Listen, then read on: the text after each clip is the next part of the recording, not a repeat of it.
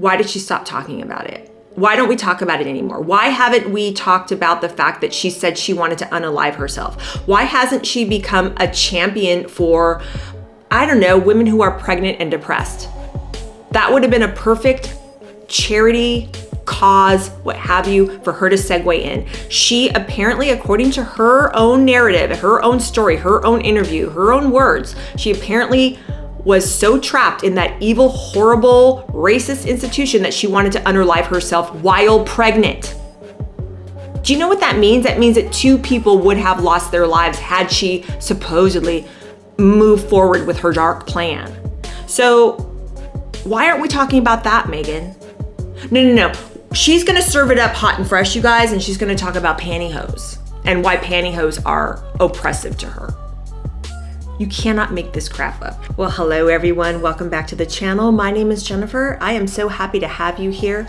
Today, we are going to discuss the latest Meghan Markle video that just dropped. It literally dropped the same day as her With Love Meghan season 2 entire series dropped on Netflix, which I think is a little bit confusing. I don't know why she would divert attention from that to this interview. It's from a channel called Bloomberg Originals on YouTube, and I have it pulled up here, and it's with a woman named Emily Chung. Never heard of this channel or this woman or this show. It's called The Circuit. In any event, this is just the same regurgitated nonsense that we have heard over and over and over again from this woman, Meghan Markle. What I will say is, her supporters and probably Meghan herself would argue, why do people continue to talk about her in a critical and negative way? Why do we do this? She's just trying her best to be authentic and be her real self. My response to that would be, I've never seen a more inauthentic charlatan in my life trying to pass off as an authentic person over and over and over, shoving herself into our faces, into the public domain. I've never witnessed another person in media, in celebrity culture, do this to the point and the extent that this woman has done it. At this point, it almost literally feels like abuse. Like she is relentless. She is relentless. She will not give up. She is going to continuously tell us over and over how she is a victim, about how she was wronged, about how she's misunderstood, about how she's just trying to be her real, original, organic, authentic self. And, we just aren't getting it. We're just not getting it through our thick noggins about who the real Meghan is. So she has made it now her life's mission to show us who she really is. And you better pay attention. And if you don't, you're a hater. And more than that, I'll get into it in a little bit, but I did find this interviewer, this Emily, she's actually a little bit more savvy than most one-on-one interviews I've seen Meghan in. The questions are a lot more pointed, way more pointed than they were with the Jamie Kern Lima lady or with the Emma Grede lady from the Aspire podcast. Emma Grede was a step up from Jamie, but I think this Emily lady is a little bit of a step up from Emma Grede, just because I think Meghan has finally, kind of in a tiny, tiny way, in her own weird, warped way, understood that she's going to have to be asked slightly more edgy questions if she is going to even think or dream of making an inch with the public. Still not working, because these questions, they're still somewhat softball. Her answers are a little bit more direct because she kind of feels like she has to. But 80% of it is still her regurgitating the same old, tired talking points that we've heard in all of her interviews. It's all the same shtick. She's still singing the same song. She's still trying to sell us the same old vaudeville act. It ain't working. But yeah, it's interesting though, because in this particular interview, I feel like she's clapping back directly at people like me, people that are content creators that talk about her and feel compelled to talk about her just because she feels compelled to throw herself in front of us constantly in the media. And we're going to criticize it. We're going to criticize it because we've seen the behavior, past, present, and kind of where she's headed, and we see it's not good. In my opinion, we see it for the lies and the falsehoods and all the mistruths and half-truths she's always thrown at us. We see it for what it is. That's why we continue to talk about it, because she won't go away. She will not go away, folks. She's here for the long stretch. So let's get into this interview.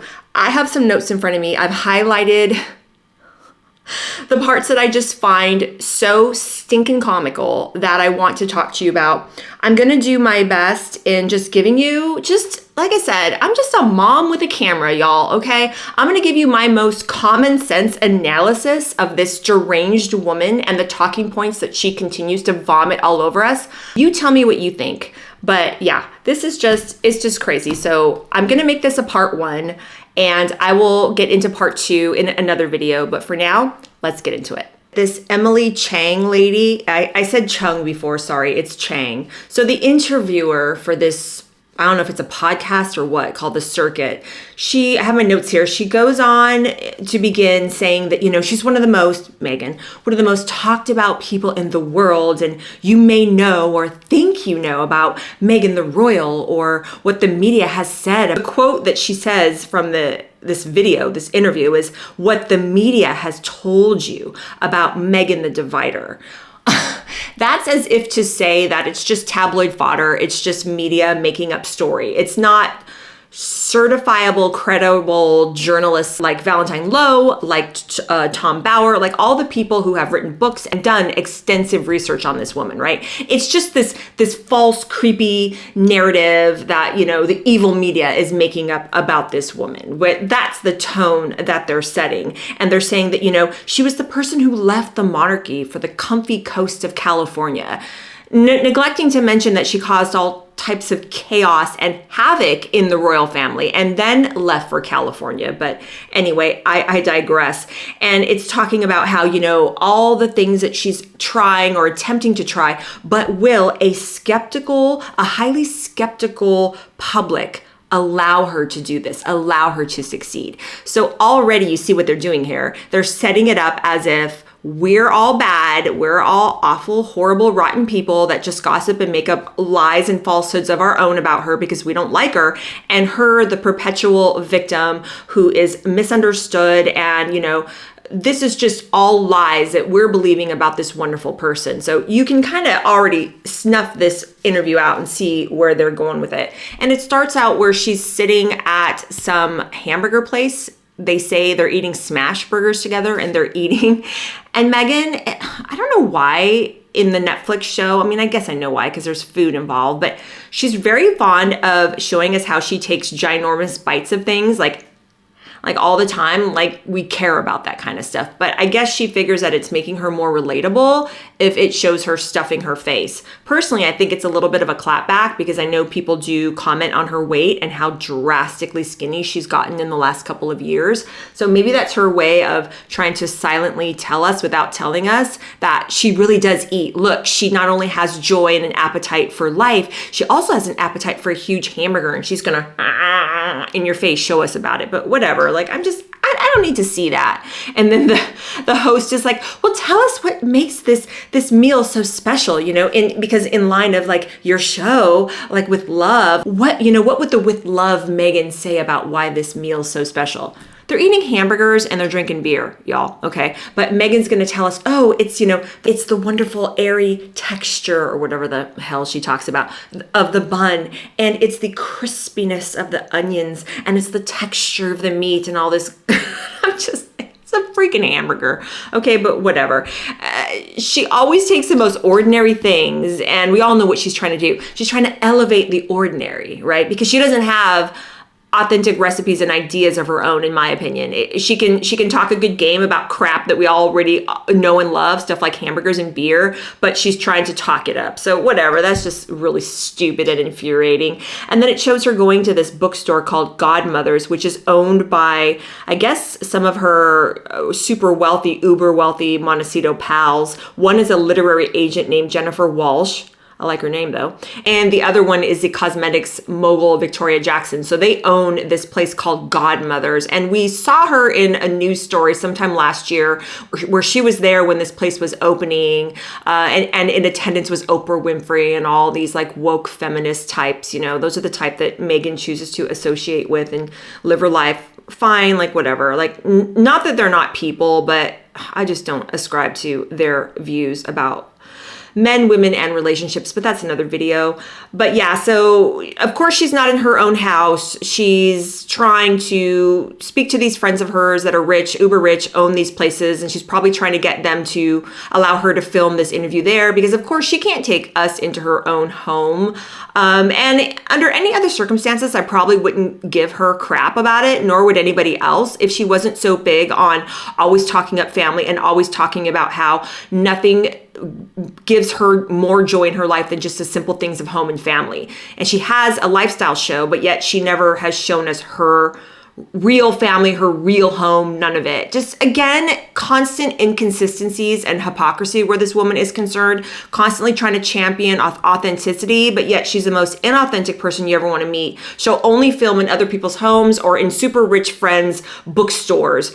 But anyway, I digress. So they're in this bookstore called Godmother's, and she's just banging on about how she loves Montecito and it's such a wonderful place for her to just enjoy the sweet moments of life. And again, she emphasizes how it's so wonderful. They can just, you know, her and Harry can just take their kids to school and it's so great. Okay. Everyone takes their kids to school. Is there anything else you want to talk to us about when you speak about your family and your authentic life in Montecito? Other than that, it's a wonderful place to take your kids to school? Guess not. So yeah, she's at this bookstore in Montecito, Santa Barbara County called Godmother's, owned by some uber wealthy friends of hers. You know, they probably figure they'll get some free publicity out of it. People will see the bookstore that you see in this interview video and they'll maybe be curious and maybe they'll sell some more books from it. So of course, again, everyone's always rolling around on the floor, scratching each other's backs. But anyway, so they have some pleasantries and stuff or whatever. And then the interviewer, Emily, gets into it where the first big question of the interview, which I found very, very interesting, was Emily says to Meghan, how important is it to own your own story? And Meghan says, it's the most important thing in the world. Just hang on to that one. The interviewer then says, do you feel like you own your own story? And Meghan says, and she does the dramatic pause, make sure that the audience really, really gets that point that she's in charge of her own story, okay? And then she starts making the case about how what's out there in the public, everything that's being written and said about her is a caricature of who she really is, that none of us know the real her. Well, obviously we don't know the real her. We've never met her in the sense that we've never met her live in the flesh in person. But do we know enough about her character based on what she's done, her actions in the past? I would say we have a fair assessment. I mean, there's lots of people that you've never met, from actors to politicians to people in the culture, but you know enough about their story. You know enough about what they do, what they believe in, what they talk about, what they champion. You know enough to form an opinion about them and speak somewhat intelligently about said person. So we're not stupid, but she's setting it up as if you, I guess, don't know her as a friend or someone, you know, if you've never met her real life in the flesh, that you're just talking about her in these vague, these wrong terms. It's just a caricature of who you think she is, which is just a bunch of garbage. She's constantly trying to frame it as if she's so much misunderstood. She's such a victim. It's just whatever. And again, completely contradicting herself, because she's saying that owning her own story is the most important thing, right? She says it's the most important thing in the world. That's what Meghan says, to own your own story. And that's when the interviewer says, well, do you feel like you own your own story? And she says, yes, of course I do. But think about it. She doesn't really feel like that. If she really felt, okay, what she's trying to tell us, in my own personal opinion, my own common sense analysis of this woman, what she's trying to tell us is that if you don't know her in person, then you don't really understand her. But she knows that her people, her circle, her people that are on her side. They feel like they know her story because they know her. And she's okay with that. But if she was really okay with it, you guys, she wouldn't be constantly putting out interviews like this. And she even says she doesn't need to say anything. She just needs to show up and be who she is. Well, she could do that. She could just put out her Netflix show and she could just put out her as ever products and have the show and have the products speak for themselves. But she's not doing that. She's constantly sitting down for interviews where she feels that she is in a position of defending herself. She feels compelled to continuously defend herself and deflect against criticism that she's receiving. She never directly talks about the specific claims against her. Oh no, because that would actually make her have to address the things one by one. She just puts it under a huge umbrella as just unwarranted, negative, biased, hateful criticism. But it doesn't matter because we don't know the real her.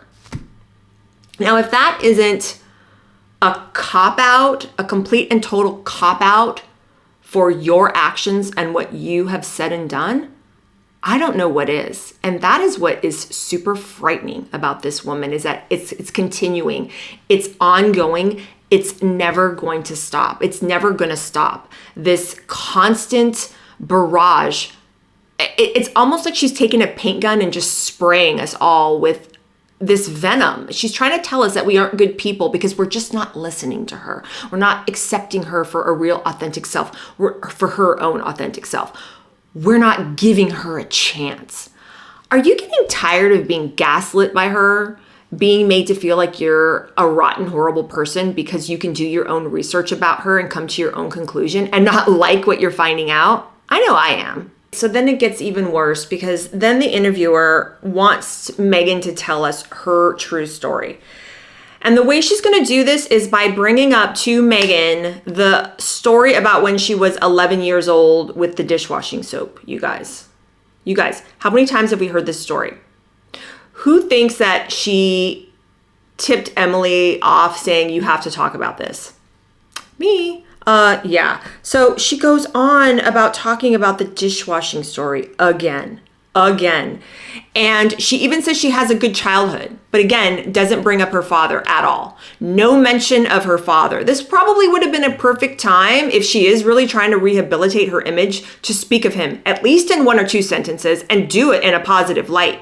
But no, she can't do that. She conveniently rewrites history and writes him out of the whole story altogether. So she's talking about the way in which this whole story came about how she changed the world through a dishwashing commercial. So they're watching this commercial in her class, and they're watching, women fighting dirty pots and pans. And, she took offense to the fact that they were saying women everywhere are fighting dirty pots and pans, not people fighting dirty pots and pans.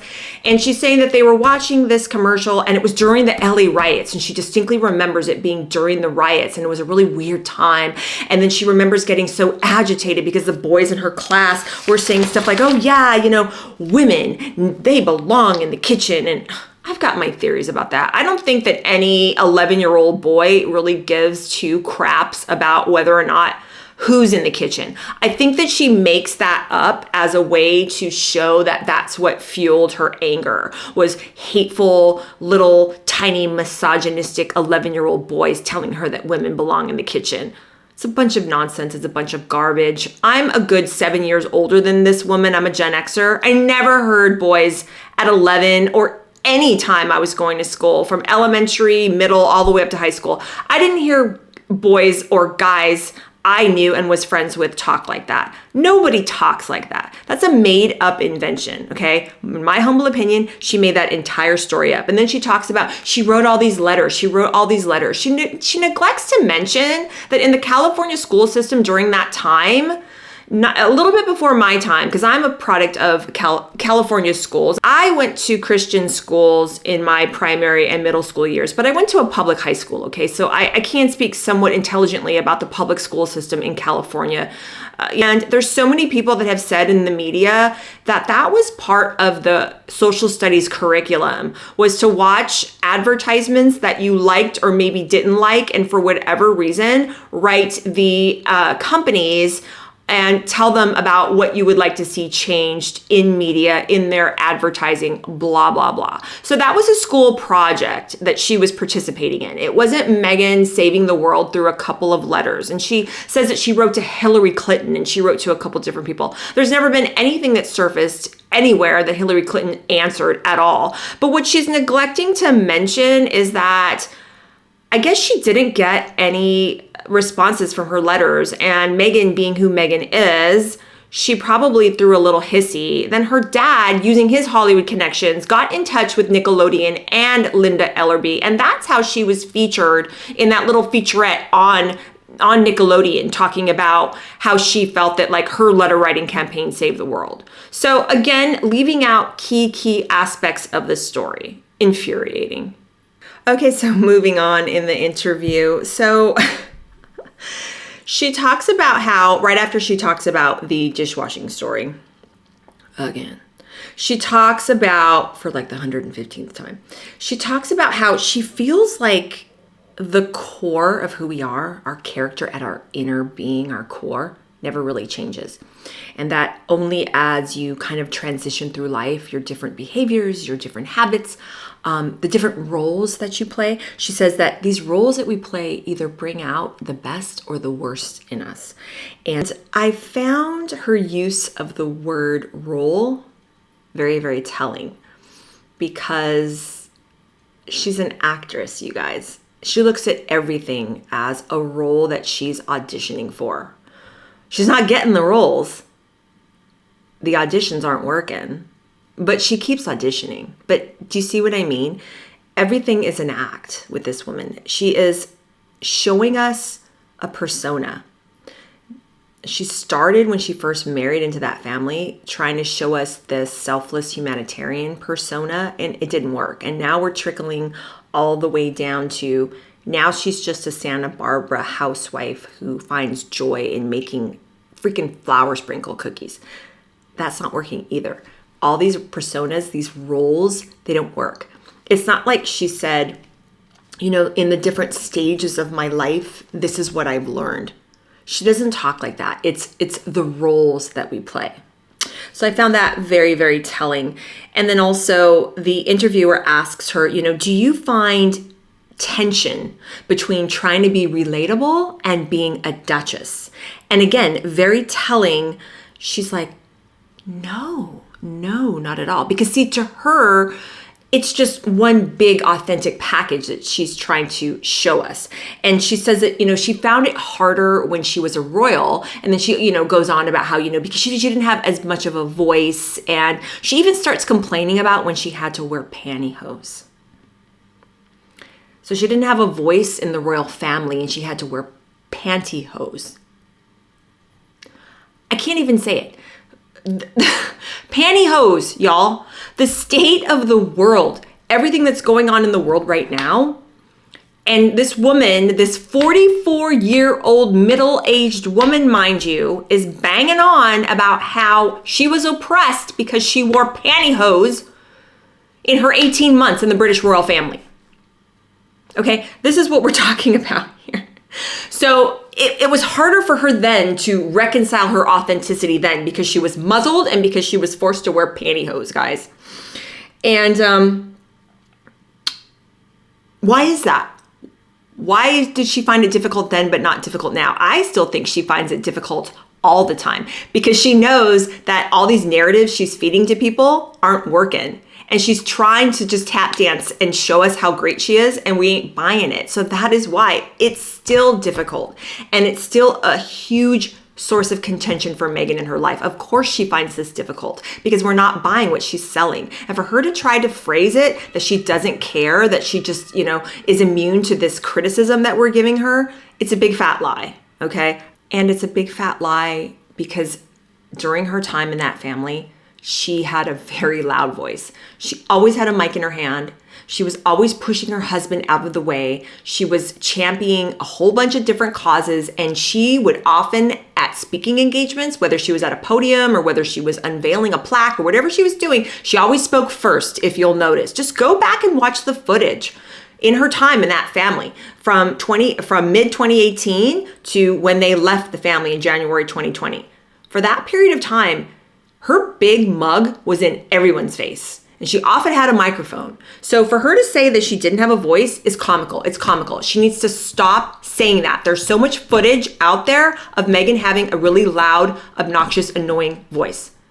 Okay? And any good faith that she had back then was destroyed because of her disrespect, her evil disrespect of the British royal family, and the way that she called them racists and the way that she called the British public racists. I mean, in effect, in my opinion, that's what ended up happening. So for, her to just say that she didn't have a voice and complain about pantyhose now, that's really rich, because I personally thought it was about, or supposedly about, Meghan, the fact that you wanted to unalive yourself because you were in such an oppressive, racist institution that was really concerned about the color of your future baby's skin.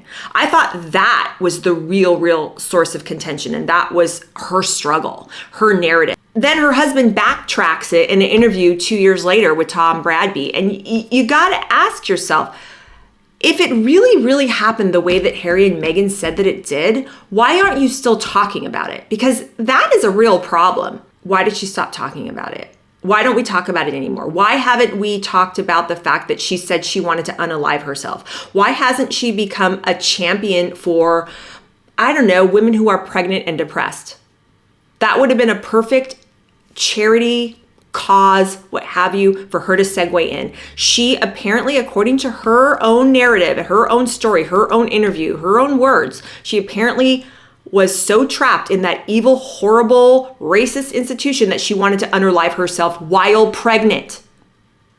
Do you know what that means? That means that 2 people would have lost their lives had she supposedly moved forward with her dark plan.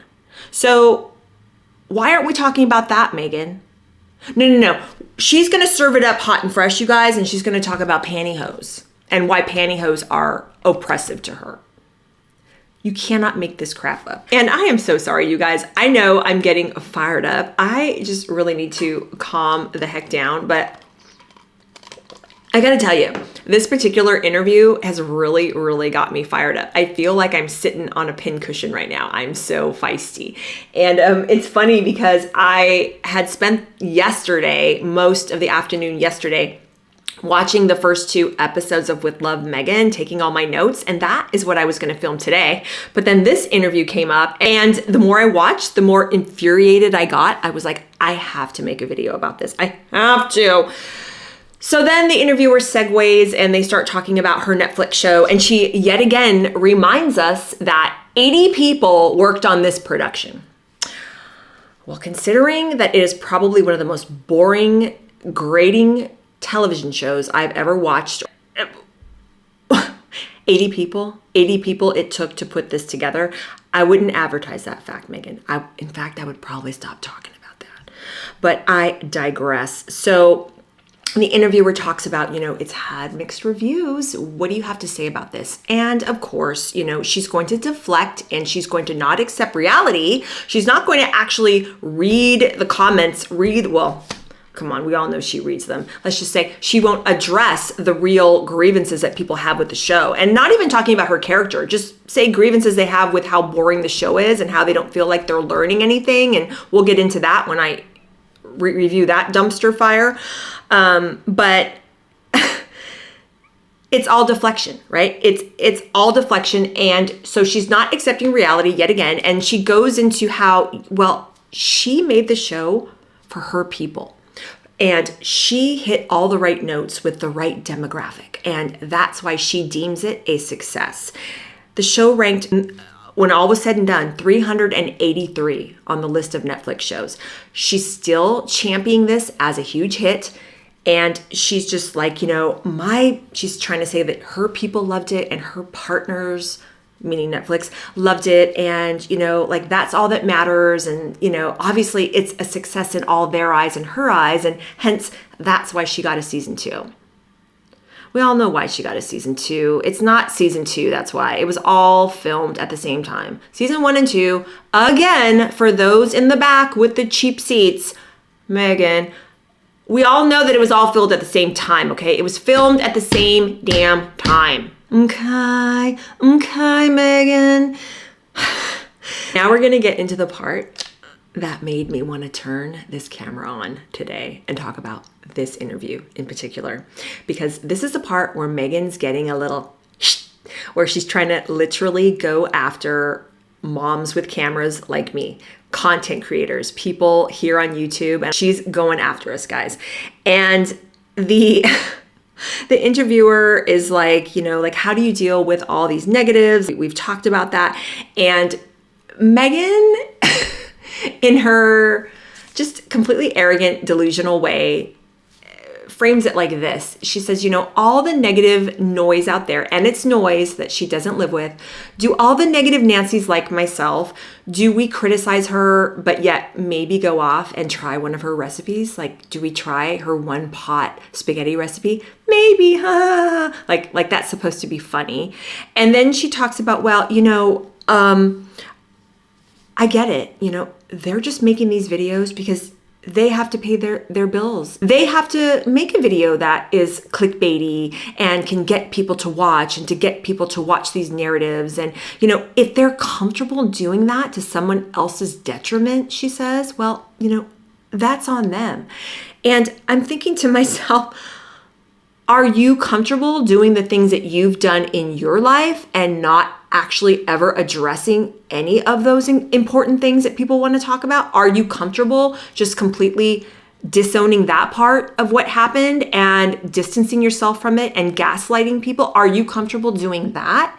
Because if you are, then people like me are going to be out here talking about this drivel, talking about this woman, because she is gaslighting us. And in my opinion, she's continuing to tell lies, but she's trying to frame it as if people like me are just vindictive people turning on a camera, trying to monetize off of her, trying to make money selling a false narrative about her. And we don't know her. Remember, we don't know her. We're just into caricatures of who this woman is. You guys, most of us out here on YouTube making videos like this, like me, I work, depending on how many videos I'm making for YouTube, I can work 1 week, 20, 25 hours making videos and doing all that I'm doing. Sometimes I can work up to 40 hours a week. Most of us out here have very small channels, very small audiences. So I ain't out here getting rich about Meghan, okay?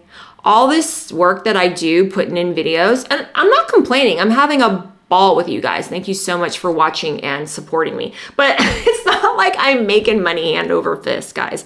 Although I'm grateful, it's not a fortune. So for her to make it seem like most of the people out here are just making money, we're all these greedy fools. At this point, I recognize YouTube for being a wonderful part-time gig. It's a hobby. I hope it can be more in the future. But this narrative that she's trying to push is false. It's totally false, okay? Most of us out here are not getting rich talking about her. If anything, we're probably just blowing more and more and more hot air at ourselves and you, because she ain't changing. She ain't changing her tune. But we're doing it because we're tired of the lies. We're tired of her false narratives that her PR people try to spin. We're trying to interject some common sense and truth into the dialogue, and we are well within our rights to do it. So she can sit there and pontificate and stand on her little soapbox and act holier than thou. And she's so much more elevated and so much more charming and wonderful. I don't think so, okay? She did a lot of damage to a lot of people during her time in that family, and she should atone for it. She's not. She's still lying about it, and she's still creating false narratives, and that's why we're here today. Okay. I know. I have to calm down. I'm so pissy right now. I'm sorry, you guys. I'm just so pissy right now. And then the interviewer says to her, one of the criticisms you're getting from your With Love Meghan series is that you're championing trad wives, which is the acronym for traditional wife. And she pauses and she's like, that feels so odd to me. And I'm not championing being a trad wife. Like, for example, a lot of trad wives have a lot of homesteading content where they show you how to do stuff like make your own butter, churn your own butter, how to, have chickens, grow eggs, all that kind of stuff. So they really get into it. And she then is like, for example, like churning butter. I don't have time to do that. I don't have time to do that. Sometimes I don't even have time to make dinner, and I don't make dinner every day. I'm just out here doing the best I can. And, just because you can do these things, you don't have to didn't do it in the pursuit of, a gold star. You're just out there being you. And I'm just like, you are trying to champion yourself as a lifestyle guru who is at home with a family cooking, but yet you're not doing it in an authentic way. We don't learn anything by watching you. You're not in your real home. You haven't showed us your family. So if you're championing that, then of course you're going to get criticism because we're not learning anything. We're just not learning anything. Because going back to what we were talking about earlier in the video, she was pissed off because little 11-year-old boys in her class were saying that women belong in the kitchen, but yet now that's the whole persona she's trying to push on us. Can you see why all of us out here just want to freaking pull our hair out? You cannot make this up. And she's talking about not having time to make dinner, but yet in the Jamie Kern-Lima interview and in the Emma Grede interview, she was talking about that. She was talking about how making dinner and doing all those little things like making the kids lunches and blah, blah, blah, blah, blah, that's what gave her joy. You remember that whole exchange that she had with Emma where Emma was like, yeah, I hate making lunches. I want no part of it, but there are other things that I do. And Meghan's like, oh, I love making the lunches. You don't love to do that? You don't love making, I'm like, get off it, Meghan. Get off it. Like, seriously, get the freaking net. Buy yourself a Clue, woman. They're on sale. We're not buying this garbage. It's so infuriating. I'm telling you, I think I need to take a sedative or something. I am just so fired up. And I keep telling you I'm going to calm down, but I'm just not calming down. I'm just getting even more crazy. Lord help me. Okay. So then the interviewer, Emily Chang, starts talking to her about her as ever and how, they're at least kind of saying that it's going to be a struggle for her somewhat. But it's the same old shtick. She's still not telling us how many, units she moved. She's not giving us any hard figures. She's not giving us anything. Stuff people want to know because she knows they want to know, but she's still tap dancing around it and acting like that's not important. It's just important that she sold out in 44 minutes for her wine drop. In light of not having the figures, Meghan, it really isn't important. It's just you stroking your ego. It's just vanity metrics for you. And did you notice that she was really, really big on pushing the fact that her first 2 as ever drops all sold out or rather before that Netflix story came out about them kind of dropping the deal, but just making it a first look only. Since that's come out in early August, you don't hear anything about her stuff selling out, do you? You're not hearing that anymore. I think she was trying to pitch it and frame it that way to Netflix, hoping that they would get something better out of them the second go around because they were up for renegotiation, but it didn't work. And then she's talking about how, after, I don't remember the first or the second launch, that it went from her and her team feeling like that, maybe they had to order a few thousand units to now they're worried about or thinking about doing a purchase order of 1 million. If she's really at the point where she's selling that amount, she would be more than happy offering up figures, like how much she's making, how much she's selling, okay? She's not doing that. She's not doing that. And then talking about, her passion for her project and how could she sell and scale at mass her wonderful recipes. And it's such a labor of love for her. We all know she's white labeling the crap out of everything, from the the sauce to the wine to all of it. She's white labeling all of it, but she's still trying to sell us the idea that this is her ideation of, organic joy and love and everything that personifies her. We're supposed to buy that, okay? And then she's talking about pricing being key. And she, remember she told Emma Grede that the ideation of her SKUs was that she always wanted her brand to be masstige. And for those of you that didn't see that video, and for those of you who, I'm sorry, don't speak arrogant, what masstige is, it's a term in the retail industry for something that is luxury or perceived as being luxurious, but it still has an accessible price point. So that's what she was describing to Emma Grede, that, the vision was always to be organic and authentic and a reflection of herself, but to be masstige and all this kind of garbage. And I'm just like, you priced your sauce Meghan, at $9 a bottle. I don't really think that that's acceptable for majority of Americans working 40, 60, some 2 jobs, 80 hours a week, working to put food on their tables and keep their lights on in their homes. $9 isn't accessible.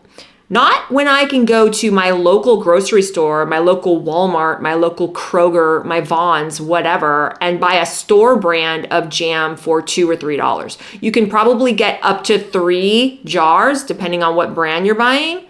Generic probably, but who cares? You could get up to 3 jars of jam for 1 jar of sauce that she's trying to sling you. But she still thinks that that's being authentic, and she's pouring so much love into it. And, we're just supposed to gobble this up like it's the last meal of our lives, and she's just the best cook, and yum, yum. Lord help us. Lord help us. Okay. And then she starts talking about social media and her debut on Instagram back in January of this year, 2025. And the host, Emily, says, do you feel like you're rebranding yourself? And of course, Meghan's like, no, that's funny. No, I'm always who I am. I'm always who I've been. It's just that the public hasn't been privy to who I really am. It's the same me that I've been for so long. I just want to share it now organically with all of you. That she hasn't been visible, but now she's visible. She's just serving it up hot and fresh for us. She's visible now. She wasn't visible when she was the most Googled woman in 2018 when she got, married to Harry. She wasn't visible then, you guys. Shh. Okay. And then, of course, we're hearing about how Instagram is her way to share her joy, to, her intention to share her joy. And we just, got to get with it. And also talking about how she was protecting herself from the criticism of the pregnancy twerking video that she uploaded to her Instagram back in June. And the host gets very, very sympathetic with her, saying, anything you post is just so torn apart and so scrutinized. And how do you deal with it? Not why it's being criticized, because you're supposedly a duchess of the British royal family, twerking like you're on a stage, getting bills thrown at you, okay? That has nothing to do with it. It's just hateful, unwarranted, just criticism and abuse being hurled at her on a daily basis. And, she says that it's fine with her because she's protecting herself from it. She's insulating herself from it. And I think she even said at one point, like, oh, did they criticize it? I didn't know, I didn't hear anything about it. Please, Meghan, please. You're as transparent as glass. We see you. And then again, at that point in the interview, because I believe she's so pissed off about content creators out there talking about her, she starts in again with the whole, that this is all the negativity about her is just a powerful money-making machine. It's just clickbait. It's trying to get creators like myself rich. And, it's just, what did she say? Oh, yeah, it's just feeding the beast, right? The evil public is just hungry for like non-net stories about how she's a horrible person. And people like me are just feeding the beast, right? Like, you're an animal and I'm your lion tamer and I'm just throwing raw meat at you and you just love it. You love the negativity. How dense do you have to be? She is not only trying to clap back and criticize and dehumanize, I think, in my opinion, people like me, but she's also doing it to you. She is trying to say that you're so dumb that you'll watch my video and take whatever I'm, telling you as gospel. That is so ridiculous.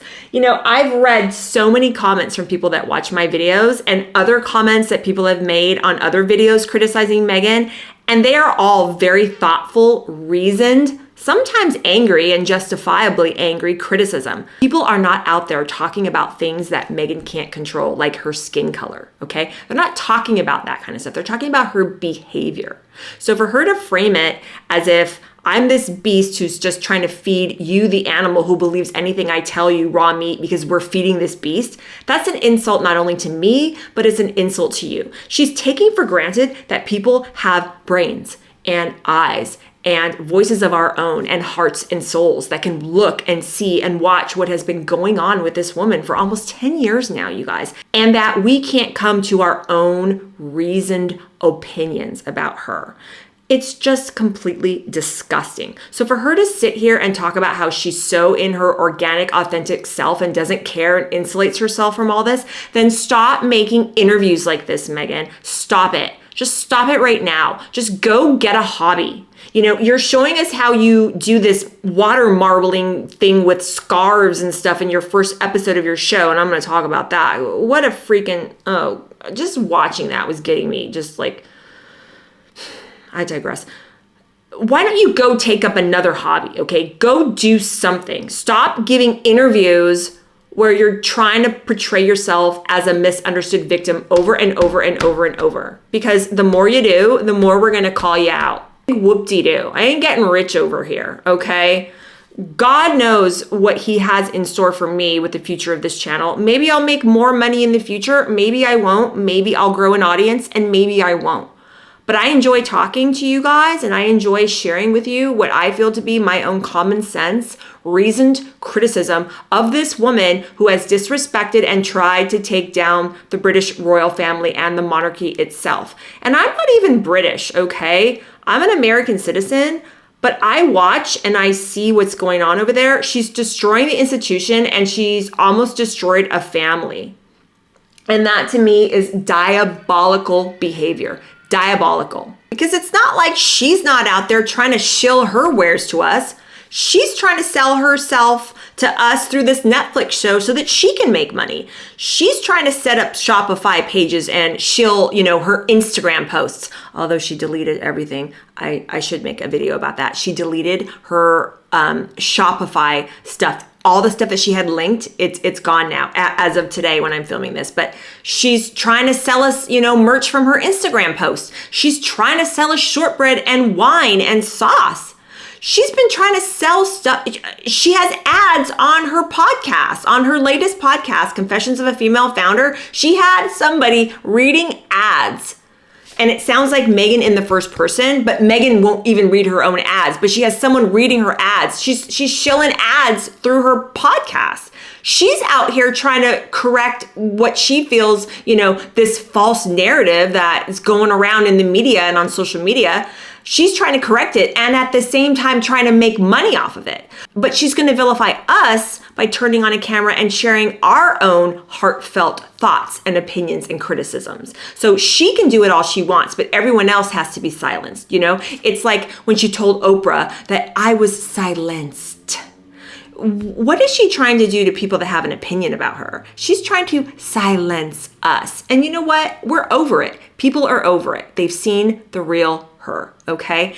Okay, again, I'm sorry. I am so fired up. And this is only part one, you guys. I stopped it halfway because there was so much to unpack in just the first 20 something minutes of this thing. I was like, okay, I'm just gonna do a part two on a different day. But I just wanted to get in here and talk about this with you. What do you think about all this? Do you find yourself as completely frustrated as I do? And I'm telling you, I pray for this woman that she'll stop this, that she will stop constantly trying to get people's approval, that she'll constantly stop trying to perform for us to get us to like her, that is what's not important. That is not important. It doesn't matter whether I like Meghan Markle or whether you like Meghan Markle. What matters is that if she knows and loves herself, and if she knows and loves her creator, the Lord, she doesn't love either of those people. And it's indicative of the way that she acts. So it's just, oh my gosh, you guys, it's just beyond frustrating. So yeah, I watched this video, and then to feel attacked by her as a content creator,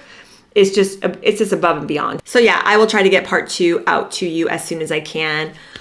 I just need a little bit of grace from you guys. I still don't have my setup. Our air and sea shipments have not arrived here yet in Germany. And now we are 2 weeks full swing into school, and we're having a few growing pains in my house adjusting to school. And I don't know if you've been with me for a while, you do. I was a homeschool mom, and I was a homeschool mom for 5 years. So it's been an adjustment. I have two 12-year-old twins, boy and a girl. And they're at the phase in their life where mom's kind of embarrassing a lot of the time. And it's even kind of embarrassing that mom has a YouTube channel, and hey, mom, don't talk about me on your channel and and all that stuff. I mean, when they were younger and I was stupid, like when they were, I don't know, probably up to about second, third grade or so, I would take, pictures of them here and there and put them on my Instagram back when I was on Instagram. And now, if I had to go back and do it over, I wouldn't. I wouldn't do that, but, live and learn. But point being, they're at the point now where they would have probably a heart attack if I featured them in a YouTube video or on my Instagram. Or they're very, very much like, don't talk about us, that's gross, ew, ew. So that's all I'm going to say about that. But yeah, so some growing pains, German growing pains going on. But say a little prayer for me, say a little prayer for my family. Thank you so much for watching. Subscribe if you haven't, like the video if you haven't yet. It gets shared more in the algorithm. But yeah, hopefully I will come back to you for part 2, a lot calmer, less stressed, and we can get through it. And can't wait to see you then. I'll talk to you soon. Bye.